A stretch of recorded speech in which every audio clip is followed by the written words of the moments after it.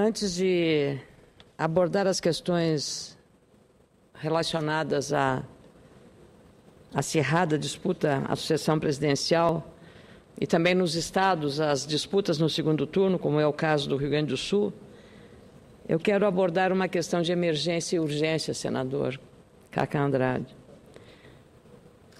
Vossa Excelência acabou de mencionar a relevância que tem as questões relacionadas ao meio ambiente. De fato, nós temos que olhar o meio ambiente com a relevância que merece, porque a natureza se vinga. E se vinga, às vezes, impiedosamente, tentando nos dar algumas lições de prudência, de precaução e de previdência. E nós nos esquecemos dessas providências. Isso acontece em todo o mundo.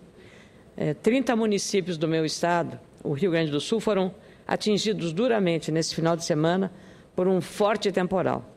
Segundo dados da Defesa Civil do Estado, os estragos ocorreram nas regiões noroeste, norte, na fronteira, sobretudo na fronteira oeste e também na serra.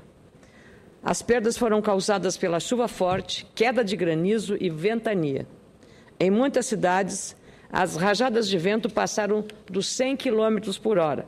Cidades como Tupanciretã, mais de 200 casas e a sede do Sindicato Rural foram parcialmente destelhados. Os danos ocorreram também em Itaara, no coração do Rio Grande, Bento Gonçalves, na Serra Gaúcha, capital do vinho, São Luís Gonzaga, na região da fronteira noroeste também, das Missões, São José dos Ausentes, Soledade, Teotônia e Rosário do Sul. Todos esses municípios foram atingidos pelos fortes ventos. Os prejuízos são incalculáveis até o momento, não se tem exatamente a dimensão deles. Quedas de árvores ocorreram na cidade de Canela, na Serra Gaúcha, onde é o meu domicílio eleitoral, onde eu estava nesse final de semana. E pude ouvir exatamente o zunido do vento forte, que assustou muita gente. Uma jovem senhora de 29 anos, foi atingida por uma árvore enquanto dormia na sua casa na cidade de Gramado, 5 quilômetros de Canela, ali na região da Serra. Gramado, como se sabe, é a cidade mais visitada do Rio Grande do Sul, especialmente agora na época do Natal Luz ou então na Páscoa durante a Chocofest. O temporal causou também danos na rede elétrica das cidades de São Borja, Maçambará, Itaqui, Garruchos, Itacurubi, Santo Antônio das Missões e Júlio de Castilhos, que está sem água e sem luz e suspendeu as aulas nas escolas nesta manhã. Muitas cidades ficaram sem telefone. O destelhamento de casas deixou muitas famílias desabrigadas. Em Santiago, cerca de 50 casas em áreas urbanas ficaram sem proteção e 150 postes de luz caíram. Por causa também dos alagamentos, foram identificadas mortes de animais e danos graves nas lavouras, que agora seria a colheita do milho e o preparo também para o próprio plantio. Em Porto Alegre, por causa da elevação do nível das águas de um açude, 200 pessoas tiveram de deixar suas casas. A mobilidade das pessoas e também das cargas foram duramente prejudicados. As árvores que caíram na BR-287 interromperam o trânsito nesse domingo. A RSC 481, rodovia que liga Cerro Branco a Novo Cabrais, no Vale do Rio Pardo, ficou bloqueada. Segundo o comando rodoviário da Brigada Militar, a cabeceira da ponte sobre o Arroio Bonito cedeu com a força da água e corre o risco de desabar. O desvio é feito agora por estrada de terra. Em Santa Cruz do Sul, uma casa de madeira foi destruída por um incêndio que, segundo os bombeiros, pode ter sido provocado por um raio. Imagine a extensão desse temporal. As pessoas que quiserem ajudar as vítimas do temporal devem entrar em contato com a Defesa Civil de cada localidade atingida. Eu faço um apelo ao Ministério da Integração Nacional também para ficar atento aos incidentes e minimizar com a liberação rápida dos recursos para os pedidos de socorro dos municípios a tempo de minimizar os estragos causados por esse temporal que atingiu tantas famílias e também a economia desses municípios. A propósito disso, caro senador, houve um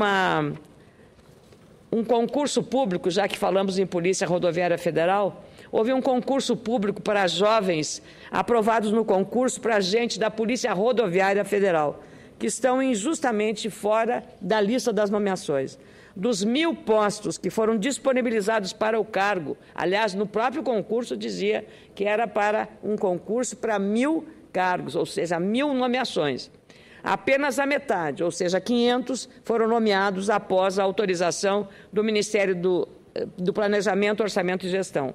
Outros 430 profissionais que já concluíram, inclusive, o curso de formação profissional em Florianópolis, Santa Catarina, estão sem qualquer previsão de nomeação.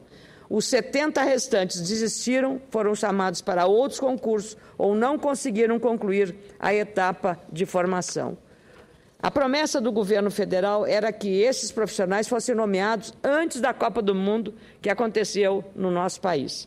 O Ministério do Planejamento, entretanto, está condicionando as vagas ao orçamento de 2015, mesmo após investir 19 milhões de reais em 2014 na formação desses profissionais aprovados em concurso público. Se não havia margem orçamentária para nomear os 1.000 profissionais, por que foi autorizado o concurso para 1.000 vagas? Essa é uma boa e relevante questão. Muitos desses aprovados abandonaram seus empregos, fizeram o curso de formação, mas estão agora desempregados. É importante lembrar que, legalmente, a Polícia Rodoviária Federal atua para impedir as mortes e lesões decorrentes de acidentes de trânsito. Também no combate ao tráfico de drogas e armas para evitar o contrabando, crimes ambientais, furtos, roubos e exploração sexual infantil, tanto nas rodovias federais quanto nas áreas de interesse da União, onde a Polícia Rodoviária Federal é obrigada constitucionalmente a atuar.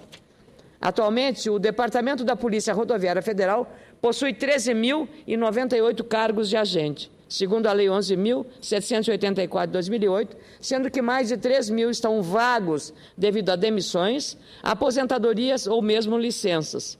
São aproximadamente 10.000 policiais na ativa, dos quais 30% a 40% atuam em tarefas administrativas, ou seja, fora da atividade fim, que é a fiscalização. Talvez isso justifique um número cada vez maior de acidentes das nossas rodovias, isso sem falar da má qualidade delas. Além disso, 1.500 policiais devem se aposentar até o fim deste ano, ou seja, postos de fiscalização serão obrigatoriamente fechados por falta de efetivo. Faço, portanto, um apelo para que essa questão seja olhada com atenção e a urgência merecida pela ministra de Planejamento, Orçamento e Gestão, a ministra Miriam Belchior, pois se trata de assunto de extrema relevância, a segurança da população que trafega pelas rodovias federais de nosso país. Chama atenção para o fato de que, se houve um concurso público chamando os interessados para um concurso para nomeação de 1.000 vagas, e este edital não foi cumprido, nós temos que solicitar que ele seja cumprido, porque qual é o grau de confiança e de credibilidade que daqui para diante outros concursos da mesma natureza representarão para interessados? Ficará sempre a dúvida, vai ou não vai cumprir o que está escrito no edital, senador? Então é nessa medida que nós precisamos criar, porque muitos que foram me procurar no meu gabinete me disseram que estavam empregados, mas acreditaram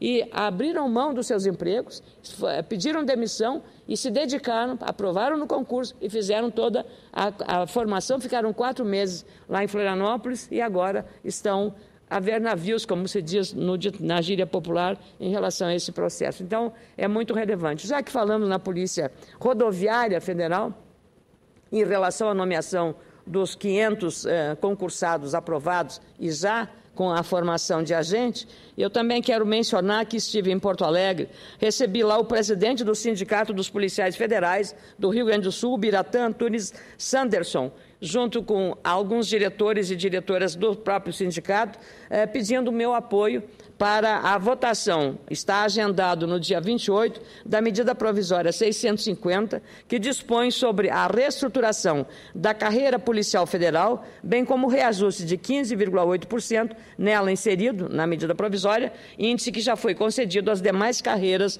do Executivo Federal em 2012 e seja votado e aprovado. Eu me comprometi não só com o Biratã Tony Sanderson, que é do meu estado, lá do Rio Grande do Sul, mas também com o Ricardo de Araújo Pereira, que é diretor-presidente do Sindicato Nacional dos Peritos Federais Agrários, que, da mesma forma, quer o apoio dos senadores para votar a medida provisória 650, que trata exatamente dos reajustes aos peritos federais agrários e aos policiais federais, que está previsto nessa votação.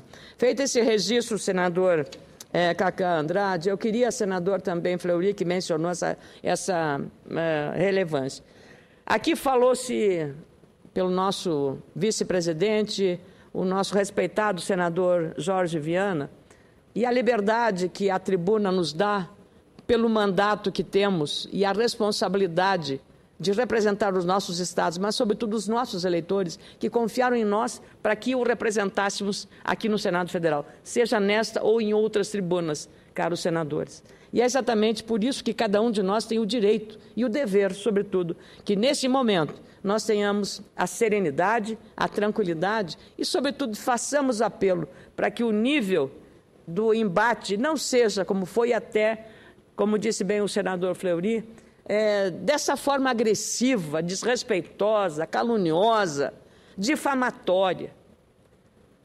A Justiça Eleitoral acabou agora, na 1ª hora, tomando medidas para evitar exatamente esse grau de agressões. Mas deixou que uma vítima caísse no meio do caminho, a Marina Silva. Deixou que, no meu caso, no Rio Grande do Sul, da mesma forma, fui caluniada, fui atacada. E a Justiça Eleitoral, mesmo provocada, disse que era para ser assim mesmo. Então, agora, não tinha que a Justiça Eleitoral, no final, aos 45 minutos do segundo tempo, viesse se manifestar sobre esse processo. Deixou correr solto.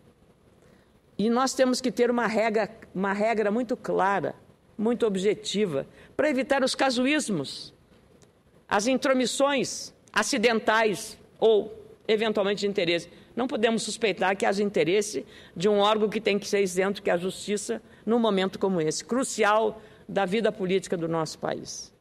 Então, é preciso que a gente tenha a consciência e a responsabilidade de aqui cumprirmos com o nosso dever, para que a judicialização do processo eleitoral, do próprio processo político, das questões relacionadas à reforma partidária, não tenha que a Justiça ocupar o lugar que é nosso. Nós temos a responsabilidade, senador, aqui, e não podemos abrir mão dela para outros poderes, porque a democracia nos dá esta prerrogativa. O poder legislativo, nós temos que legislar. E temos a responsabilidade também e a consciência que a sociedade espera de nós, de fazê-lo de maneira equilibrada, responsável, para que o cidadão e a cidadã brasileiros tenham a consciência de que está diante de um parlamento sério e comprometido. Não com os seus interesses individuais ou partidários, mas com o interesse maior da sociedade, da nação brasileira e da própria democracia. O que nós estamos vendo nesse limiar, nesse processo todo eleitoral, foi lamentável. Eu penso que nunca houve uma campanha tão suja, de tão rasteira, tão baixo nível, em alguns momentos, deprimente até, senador. Eu, como estou no primeiro mandato de Senado, fico muito triste, mais como cidadã, mas como agente pública e agente política também, com o mandato a zelar. E tendo sido vítima desse processo, eu fico me perguntar, é por isso que as pessoas de bem deixam de entrar no processo político? É exatamente por isso. Porque se escandaliza fatos muito pequenos e se diminui fatos muito graves. Os graves são botados embaixo do tapete. Os pequenos são colocados ao vento como se calúnias fossem, como se crimes fossem. Porque o marketing está aí para fazer exatamente essa troca essa leitura, essa ficção, e a calúnia e a mentira, tantas vezes repetida, acaba se transformando numa verdade. Um grande mestre da ditadura nazista, do Hitler, ensinou isso. Repetir, tantas vezes uma mentira, e quanto maior for a mentira, maior capacidade de se tornar verdade. É a regra lamentável e equivocada. Felizmente, os eleitores terão a oportunidade no meu estado, no Rio Grande do Sul, agora no segundo turno, de dia 26, como no Brasil também, de fazer uma serena triagem das escolhas. E nesse processo todo, eu tenho a impressão que fazer justiça com as próprias mãos não é naquele conceito de olho por olho, dente por dente, não. É de uma forma muito serena, é uma forma muito consciente, uma forma muito responsável, pensando, avaliando, analisando, julgando, separando o joio do trigo e fazendo a justiça com as próprias mãos, senador Fleury, é simplesmente usar o dedo que vai digitar os números dos nossos candidatos na urna eletrônica brasileira, que agora está sobre uma intensa e necessária fiscalização e vigilância de especialistas e peritos em tecnologia da informação para evitar qualquer dúvida sobre a lisura, a seriedade e a segurança desta eleição, que talvez se afigura como a mais disputada dos últimos tempos. E é bom que assim seja, para que não tenhamos nenhuma dúvida dessa grande engenharia brasileira que é a urna eletrônica. Poucos países a usam, e aqui nesse país, com a dimensão continental, com o número de eleitores cada vez maior que temos, ela é necessária porque é um elemento, uma ferramenta facilitadora do processo eleitoral. Na noite de domingo já poderemos eventualmente saber quem vai assumir a presidência da República. Eu, claro, torço para o meu candidato, Aécio Neves, que acho que está extremamente preparado, porque acompanhei, como fiz em outras ocasiões, o debate na TV Record, que subiu o nível pelas proposições apresentadas, com algumas exceções, mas, de qualquer modo, comparativamente aos demais, foi de nível mais elevado. Talvez porque tantas foram as críticas e as cobranças que preferiu-se buscar ações ou iniciativas propositivas. É isso que a sociedade brasileira quer saber, exatamente, não do ataque da agressividade para tentar desqualificar o concorrente e o adversário. Não é essa a forma de ganhar a eleição, desqualificando o adversário. Fiz lá no Rio Grande do Sul uma campanha muito respeitosa, mesmo respeitando aqueles que não mereciam respeito. Mas a régua tem que ser única para todos.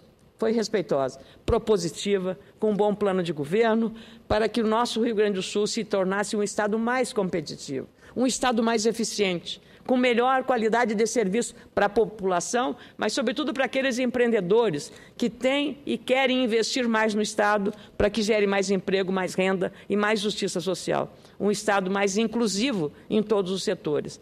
Mas os eleitores, como eu já falei nessa tribuna, os eleitores do Rio Grande do Sul preferiram que eu ficasse aqui. Me acompanham e sabem. E eu quero agradecer a todos eles, que têm me encontrado nos mais diferentes lugares. Seja dentro de um avião, seja num embarque no aeroporto, seja num restaurante, num café, num posto de gasolina, na rua, onde eu encontro, em Gramado, em Canela, em Lagoa Vermelha, em Porto Alegre, nas cidades que eu ando, aqui pelos corredores do Congresso Nacional, as manifestações de afeto e apreço, de respeito e a revelação e a admiração e o cumprimento pelo nível da campanha que fizemos, me enche de orgulho e eu cumpri com o meu dever, meu caro senador Cacá Andrade. Eu penso que, dessa forma, nós contribuímos, modesta e humildemente, com um processo eleitoral de acordo com o nível, de acordo com o padrão e com as referências históricas dos valores que tem o meu Rio Grande do Sul em relação à sua história política e cultural. Então, eu, como senadora do Rio Grande, posso dizer aqui com toda a certeza, cumpri com o meu dever, combati o bom combate. Lamentavelmente, os adversários se valem, e aqui eu falo dessa tribuna, para dizer que numa emissora de rádio em Pelotas, um representante do Partido dos Trabalhadores teve a coragem, mas eu vou pedir que a Justiça o faça provar na Justiça que, em 4 anos de mandato, aqui meu, eu apenas tomei uma iniciativa, a de dar o nome de uma estrada no Rio Grande do Sul. Senador Cacá Andrade, fazer uma declaração dessas não pode ficar em vão. É um senso de irresponsabilidade, de agressividade, de descompromisso com a verdade e de desrespeito com as pessoas que merece, sim, uma ação na justiça. Não é possível que uma pessoa ignore a minha lista de serviços prestados ao meu Estado, especialmente uma lei que já está em vigor, estamos em pleno Outubro Rosa, que essa pessoa ignore propositalmente, de má fé, porque isso é má fé, e para isso a justiça existe. De má fé, dizer que eu fiz apenas o nome de uma estrada, isso é má fé, senador. Eu tenho uma lei aprovada, sancionada e em vigor, o que é raro no processo legislativo brasileiro, que prevê a inclusão da quimioterapia oral no rol dos planos de saúde a quem tem plano de saúde. Então, se um cliente de plano de saúde tem diagnóstico de câncer, o plano de saúde terá que fornecer a ele este medicamento, quimioterapia oral, para este paciente. É de minha autoria. Só este projeto, sancionado pela Presidenta da República sem vetos, já teria, por si só, pela sua relevância social e médica para a saúde dos brasileiros que têm plano de saúde, só este já teria honrado o meu mandato. Só este. Mas eu fiz muito mais. Fui relatora de 2 projetos. E faço isso porque estamos no Outubro Rosa. Um deles, da deputada Rebeca Garcia, com muita alegria do meu partido, que prevê que a mulher que tem a mama contaminada por câncer e que ela precisa retirar esta mama contaminada, uma ou as duas, no mesmo ato cirúrgico, haja a reconstituição da mama com a prótese, então ela saia não mutilada do hospital, ela já saia com o seu corpo inteiro, não mutilado, com as 2 ou com uma mama recomposta. Eu trabalhei nisso, para agilizar a votação. Da mesma forma, senador Cacá Andrade, trabalhei aqui como relatora. Fui relatora de 250 projetos e iniciativas. 250 relatora. E essas 2 leis, que me dão muita alegria, da relatoria da Rebeca Garcia e outro do senador Osmar Dias do Paraná, que determina que o SUS inicie 60 dias após o diagnóstico do câncer, qualquer tipo de câncer, inicia o tratamento. Uma parte, senadora. Com muito prazer darei a parte ao senador Fleury uma espécie de prestação de contas. Senador Fleury, com uma alegria que eu lhe ouço nessa parte. Senadora Ana Amélia, a senhora não tem que prestar conta. A senhora é uma pessoa que, se ficar aqui, prestar conta pelo que a senhora já fez por esse país, nós teremos que ficar várias sessões ouvindo. Essa pessoa que falou é uma pessoa que não merece o mínimo respeito do seu próprio Estado, se for filho de lá. Porque o Brasil inteiro reconhece o trabalho da senhora, o Brasil inteiro sabe perfeitamente quem a senhora é. Uma mulher com mais de 40 anos, que defendeu o que eu sempre digo, a engrenagem, o coração dos países, que é o agronegócio, tanto do Rio Grande do Sul como do Norte e Nordeste, jamais poderia ouvi-la, o que a senhora ouviu. Essa pessoa que eu não conheço, mas que a partir desse momento machucou meu coração, eu só posso dizer que ele precisa olhar no espelho, refletir e pedir desculpa para o espelho, porque o Estado de Vossa Excelência e nem o país o perdoará. Sei o que eu queria falar. Muito obrigada, sensibilizada, senador Fleury, mas uma pessoa dessas não tem espelho. Uma pessoa dessas não tem consciência. Uma pessoa dessas não é capaz de um gesto grandioso como esse, de reconhecer o erro. Essas pessoas não fazem isso. Porque essa pessoa sabe o que eu fiz. Essa pessoa fez de má fé. Fez com a intenção de me caluniar. Fez com a intenção de me diminuir, de me difamar, de desconstruir a minha imagem. Só que não conseguiu. Não conseguiu porque os gaúchos são informados. Assim como Vossa Excelência agora, generosamente, com essa parte, destaca algumas das coisas que eu fiz e vou continuar fazendo. Mas eu quis trazer este fato apenas para revelar o grau de baixeza, de rasteirice que acontece numa campanha eleitoral. Não há um mínimo de respeito à reputação das pessoas. Por isso que eu volto àquele ponto de que as pessoas de bem resistem a entrar na política exatamente para não se verem envolvidas e vítimas e alvos de pessoas de má fé que não têm a mínima responsabilidade com a biografia das pessoas. Por mais que eu discorde do senhor, do senador Cacá, em questões políticas, eu sempre terei a obrigação de respeitá-los. Terei a obrigação de respeitá-los, nunca chegar no embate e no ataque pessoal, como aconteceu nessa campanha. As coisas mais vis, as coisas mais rasteiras foram apresentadas, senador, de quem menos se esperava. De quem menos se esperava. Porque aqui nesse embate, senadores, nós estamos lidando com pessoas da mais alta representatividade política do país. O presidente ou a presidente da República vão comandar uma nação, oitava economia do mundo, um país respeitado, amado pela sua natureza, pelas suas belezas, pela sua alegria, pela sua hospitalidade, pelo genuíno jeito brasileiro de ser, não só pelo carnaval, pelo futebol, mas por tudo que nós temos de bom na nossa cultura tão rica. Grandes escritores, uma história maravilhosa, um país de paz, e nós vimos cenas lamentáveis. E também isto mostra que precisaremos aqui nesta casa discutir seriamente a questão da reeleição. Não é possível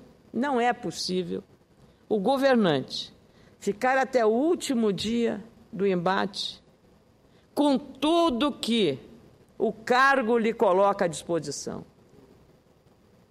Aviões, jatinhos, tudo. O governo para nos estados e no governo federal. Eu fui ao ministério na quarta-feira. Não tinha ninguém. Todo mundo estava envolvido com a campanha eleitoral. Quanto custa isso para o Brasil? A reeleição? Nós temos que examinar isso, seriamente. Penso que o Brasil ganharia se acabássemos com reeleição, fizéssemos mandatos de 5 anos e todos eles coincidentes. Um ajuste em algum determinado momento, prefeitos, governadores e presidente da República. Acho que estaríamos dando um bom passo para tornar o processo político, pelo menos, mais econômico, com maior densidade no debate e evitar-se-ia essa gastança desenfreada. A democracia não tem preço, mas é preciso ter em mente os excessos, porque o povo brasileiro vai pagar. Vai pagar e muito caro. Porque em nome de uma vitória está se fazendo e se comprometendo aquilo que não se pode comprometer. E eu penso que esse é o momento que nós vamos ter nesse processo. Por outro lado, além da questão da responsabilidade na legislação eleitoral e partidária, não é possível conviver com esta verdadeira salada de frutas de partidos políticos. As grandes democracias do mundo convivem com, no máximo, 10 partidos políticos. Nós temos aqui 30, 40 partidos políticos. E a tendência é aumentar, porque já tem mais na fila, mais pedidos de partidos para se oficializarem como tal, senador. Então, isso também, afinal, são partidos ou são legendas de aluguel. Com todo respeito, mas é assim que temos que ver. Nessa hora da negociação do apoio, toma lá da cá. Então, nós temos que urgentemente tratar desse processo, com essa responsabilidade que é inerente ao nosso mandato aqui no Senado. Nesses próximos 4 anos que ficarei aqui, vou me empenhar muito para tratar dessas matérias. Eu já fui autora de uma emenda que obriga o candidato à reeleição a sair, se desincompatibilizar. O relator, senador Luiz Henrique, tive a honra de tê-lo como relator na Comissão de Constituição e Justiça, definiu o prazo, não o prazo que é dado aos demais casos da desincompatibilização, mas definiu o caso do momento e do ato da oficialização da candidatura, que o próprio calendário eleitoral assim o determina. Mas ainda assim será um prazo curto de afastamento.